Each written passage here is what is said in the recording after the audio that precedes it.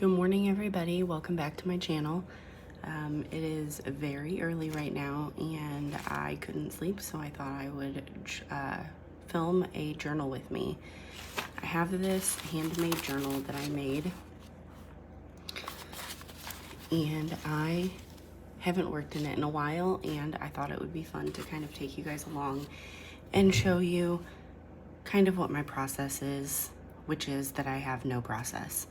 I haven't made a little tag in a while, and I got this little folder of ephemera from Meghann and the Moon.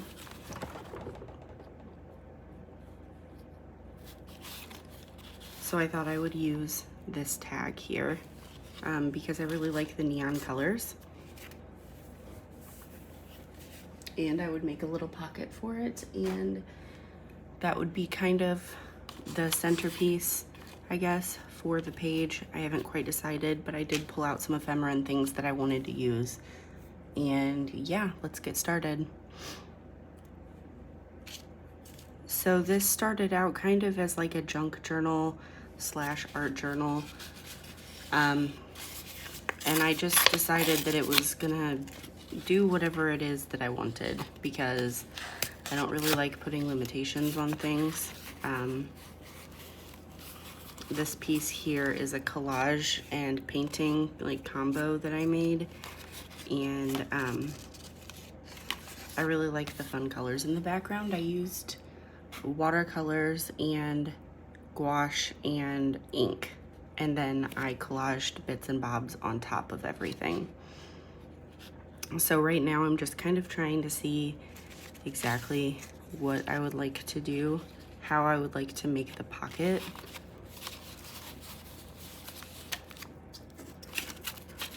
Obviously, I want to pick something that will fit. I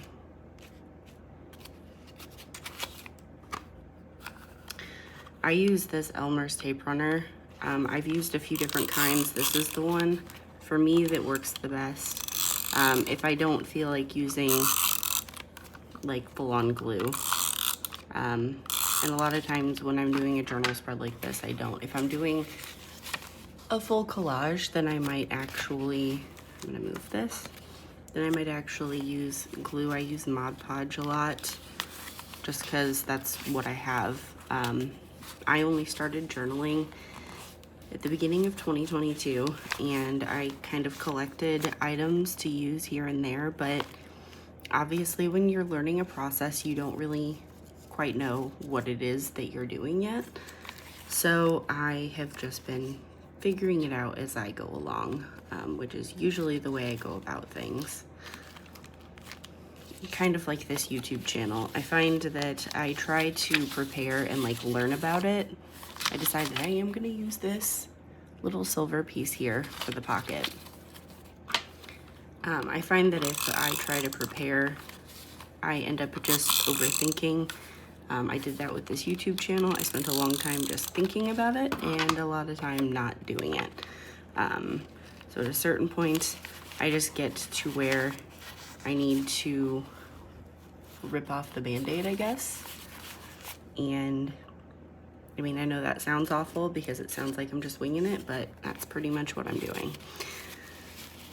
So you can see this is kind of how I wanted to start. I wanted to get a pocket made. So I'm gonna move this for right now while I kind of work on the tag. I like the background. I like the neon colors of it. I just want to add a little bit of something. I make a lot of ephemera myself. I buy a lot from Meghann and the Moon, as I said before. My desk is also a mess because I just glue it and paint it however I want. Obviously, I have paint all over my desk. The whole point of my practice was to not put a lot of pressure on myself to do things a certain way. And this is just a desk that we had from Amazon when we moved back to our hometown from Cincinnati. Excuse me. Like I said, it is early in the morning, so I'm pretty My throat is pretty dry still. I'm drinking coffee. I have this little tin here filled with girl stickers that I have gotten. And I don't use them a whole lot anymore because I mainly do like more art processes in my journaling instead of just gluing and taping, but I still like to mix everything together. And it is really fun. I like to centerpiece a person in my spreads. Either that or I make it completely abstract. There doesn't seem to be really any in between. I'm also not very good at peeling stickers. I know that there is tweezers that you can get for that, but yeah, I'm just not gonna do that.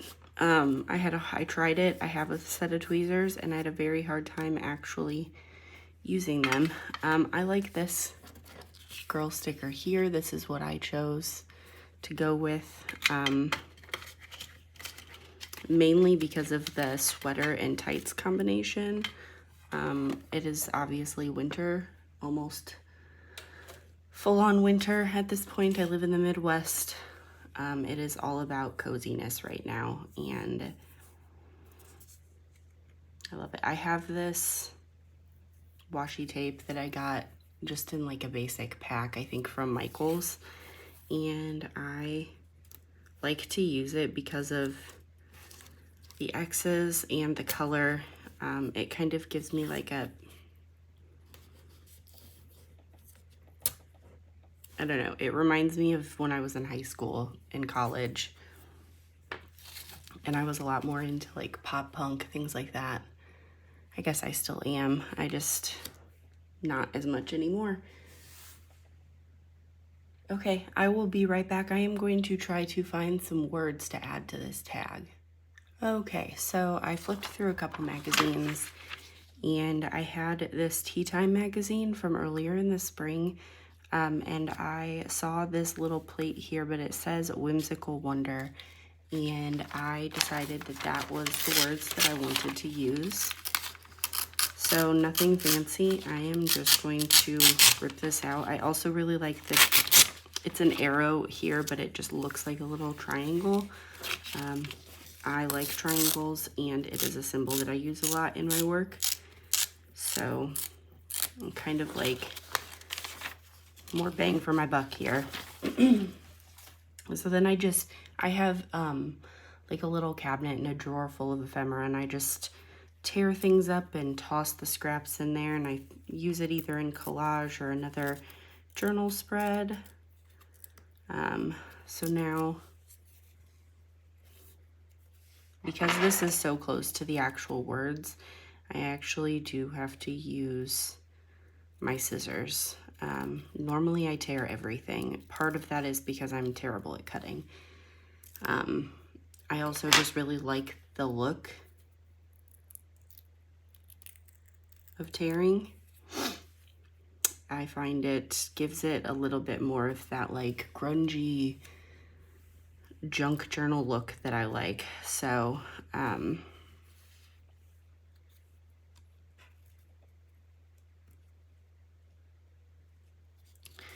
like the way that that is turning out, so I'm gonna go ahead and use this.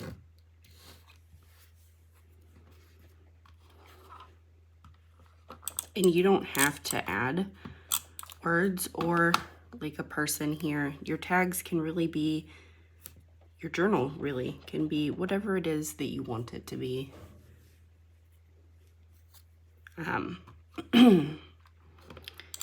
I kind of like to go with a theme, except that it just develops as I go along. Unless I decide specifically that I am journaling about a theme or I'm journaling for something in particular. I like how that is looking, but I want to add a little something extra. I have these here, these little rhinestones, and I'm just gonna, it'll probably make it a little more difficult to bring the tag in and out, but I don't really care. Okay, so I am happy with how the tag is looking at this point. So I'm gonna bring my journal back over and kind of test it out, and look at that.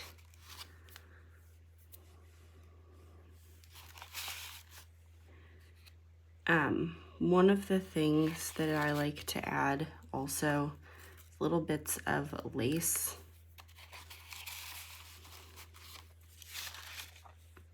I found this bit here in my ephemera drawer. I have stuff everywhere.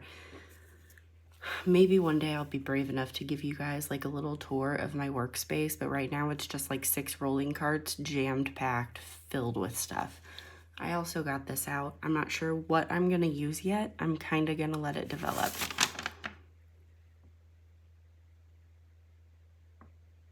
So I have this that I did.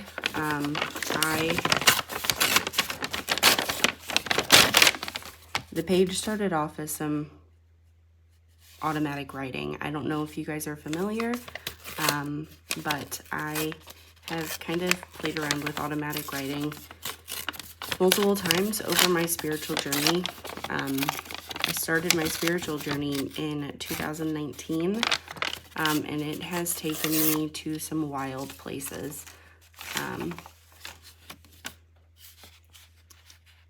Anyways, I enjoy the automatic writing.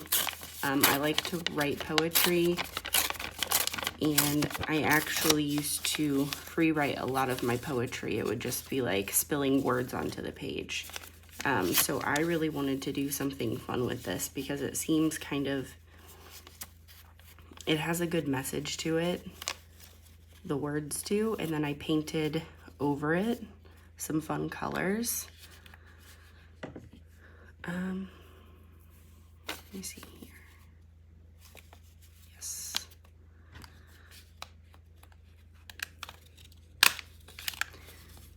For those of you who are on my Instagram stories ever, you will know that I got a hand sewing machine and I have yet to master it. I enjoy doing the stapling because, well, number one, it's easier, and I don't like to make things hard if they don't need to be hard. I also just like the way that it looks. So you can see that. I think that's gonna go kind of like right here so that it's hanging off the side of the page. If you see over here, some of the pages that are done already have a lot of stuff hanging out, and I love that look. In junk journaling and art journaling, the way that the pages look kind of stuffed and they all have little odds and ends poking out. Excuse me, I needed a drink of coffee.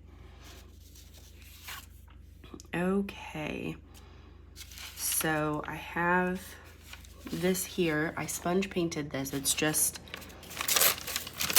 some like wrapping paper or craft paper that came in a package.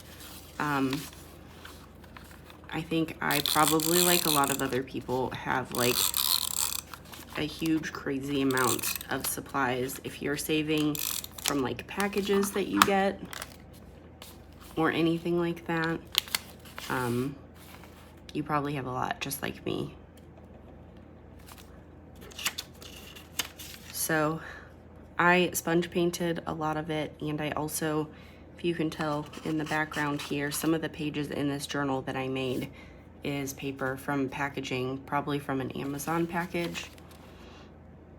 I try not to order from Amazon like a whole bunch, but I also live in the middle of nowhere, so I try not to beat myself up if that's what it comes to. So I have this, and I think putting it right here. If I do have clean edges on my ephemera, I like to like line it up with something. That's just a personal preference.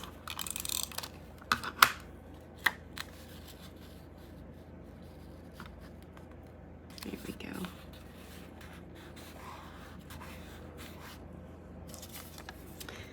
Okay, so we have this. I'm gonna staple it again because I don't want to glue it. I want it to be able to like fan out. And then if you fan it and you look, you've got this little astronaut person here. It's a little bit of a trippy picture, which is why I chose it. I like the blurred edges. Okay, so I like how this is coming together so far, but I think this side, I think we need a little bit more, personally.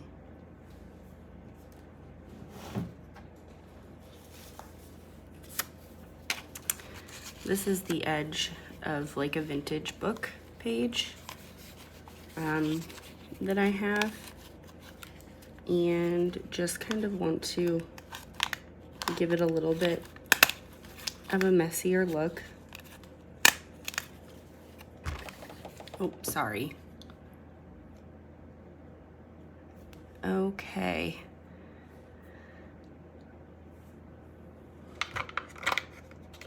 I also have, as I said, when I started my practice, what I normally do is I buy craft supplies that aren't super expensive because number one, I don't know what I'm gonna like. I also don't know if I'm gonna stick with something. I have ADHD. I got diagnosed this year, but it's always kind of been a thing for me. That I had a hard time sticking with things. I had a lot of hobbies as a kid that ultimately just didn't last. It's actually something new since I got sober 5 years ago that I started teaching myself different practices and really picking up and learning new things. But over the years, I spent a lot of money, a lot of resources on hobbies that didn't end up like meaning anything to me or didn't end up actually being a part of my life. And I don't like to waste resources if I don't need to. My Instagram account started off as a knitting and crochet. Actually, technically it started off as a drawing account. I was trying to learn how to draw. And then I picked up a knitting kit from Target one Christmas, I think in 2019. And that's when things I kind of went bananas with it. I taught myself between YouTube videos and the kit that I had how to knit a scarf. And then I actually ended up with crochet because crochet is easier in my opinion. And it just kind of went from there. And when I was on my journey of like learning how to, I started getting really intense with the amount of stuff and yarn that I would buy. I'm gonna add some washi tape here for a little bit of blue. I like the triangles on this washi and I like the color. But yeah, I spent a lot of time and money buying yarn and supplies, and I still have a lot of it. I still crochet a lot, and I knit some too. I actually just finished my second ever knit sweater that I knit freehand. But since I kind of got over like the hyper focus of my new hobby, I've been more into journaling, and this may pass too, but journaling is something that I was obsessed with as a kid, and I know it's a theme for a lot of folks I'm a millennial. I know it's a theme for a lot of folks that you always collected notebooks. I don't know if that was true for you. It was true for me, but I had a perfectionist mindset where if I missed a day journaling or if I had too many screw ups on the page, then in my opinion, I needed to find a different notebook. And part of my practice now is learning to let go of that, letting things flow. And part of why I enjoy this journaling practice so much is because, well, number one, I like the look of it being messy. So there's a lot less pressure. And number two, I think being creative is good for us. When I had my son in 2018, I became a stay-at-home wife, stay-at-home mom, which I love, and I'm very grateful and privileged to be able to do that. But I think that we have to maintain some semblance of ourselves and not let our identity become wrapped up in just that. Simply because, well, for me especially,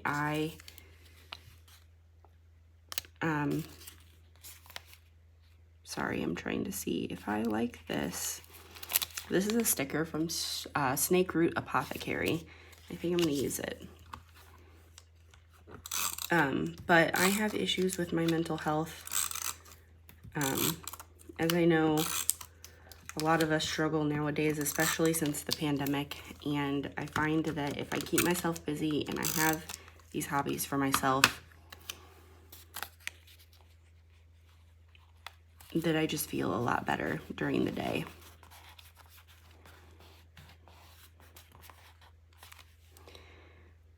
Okay, so now I'm pretty much to the end here almost. I'm to that point where I'm just kind of adding marks and lines and things like that.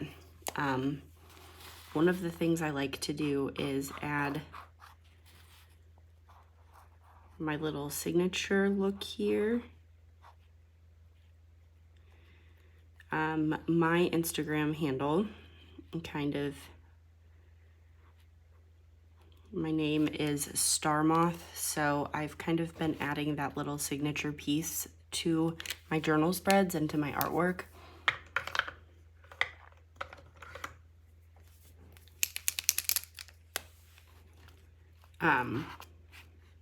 So now I just kind of like add in pieces here and there to try to give it that extra something. And I can't decide if I want to use this or not. I think because I have the lace here, I probably won't. Excuse me.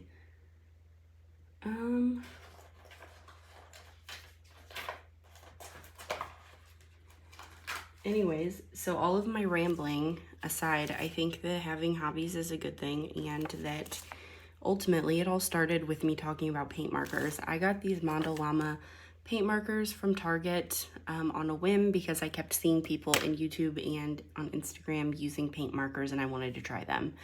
Later on, I ended up getting some Posca markers, and I do prefer them, but I do think there's something to be said about like taking your time picking out supplies and not throwing all your money into something if you don't know that it's gonna work for you.